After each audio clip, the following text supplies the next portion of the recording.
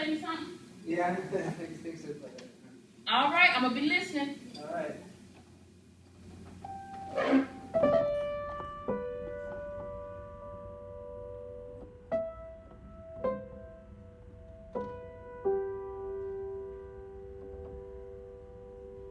Well, it's now been a couple days since I had the last dose.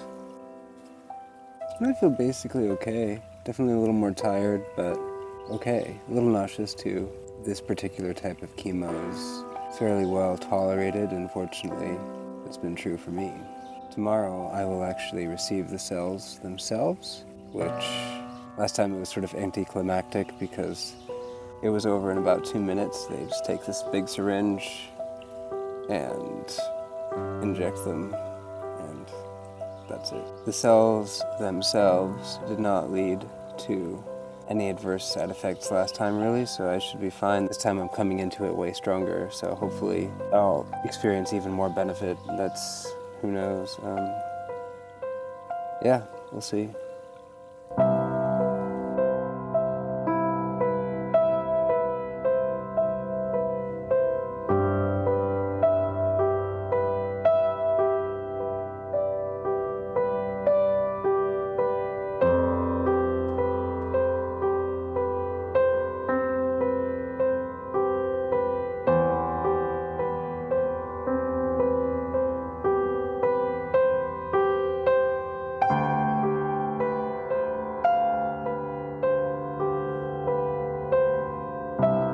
So, it's been a week since I had the treatment, and I'm actually feeling really well.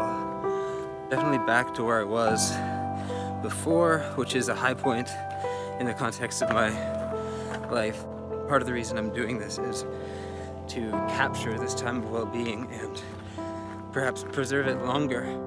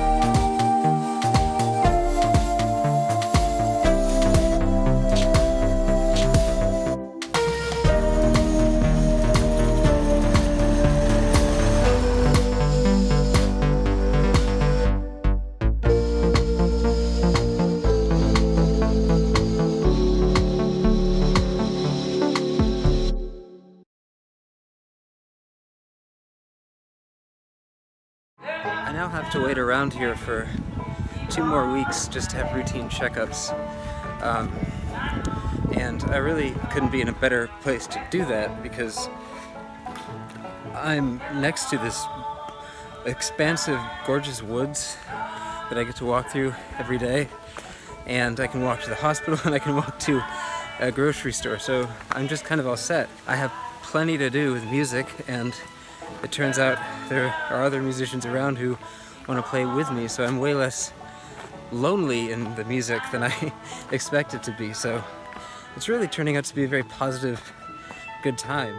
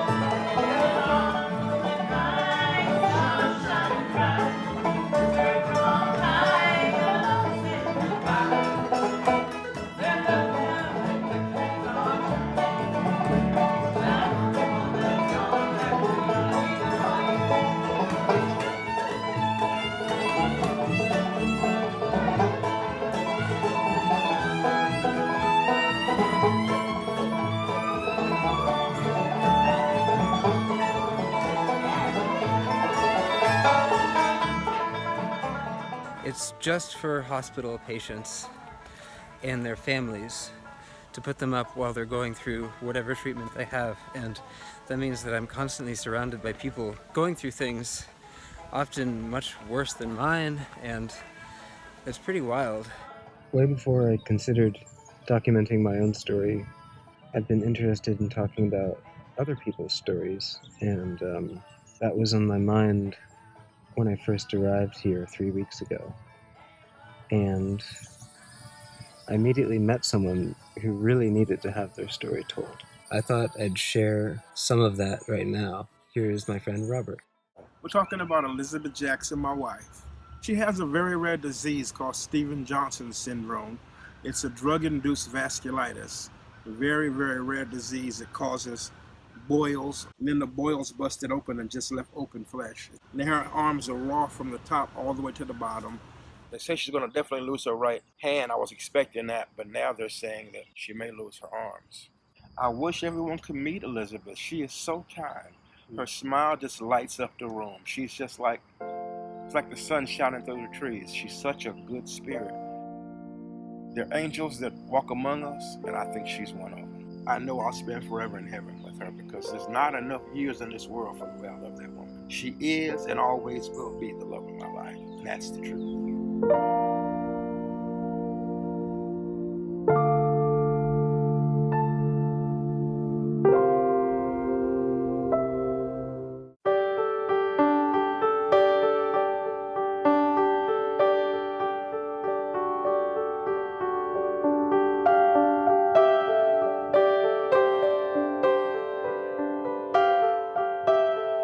I'm just feeling incredibly happy for myself. That's because at this time last year, I could not walk a single New York City block without being completely out of breath and just feeling miserable and exhausted. No joke, I would be crawling along outpaced by octogenarians, and now I'm just walking a mile or more every day because health is everything. My health could start going the other direction at any time. If that happens, I want to be in the best shape I can to hopefully fight through it and turn things around again. So, health is everything, and once you lose it, you see that.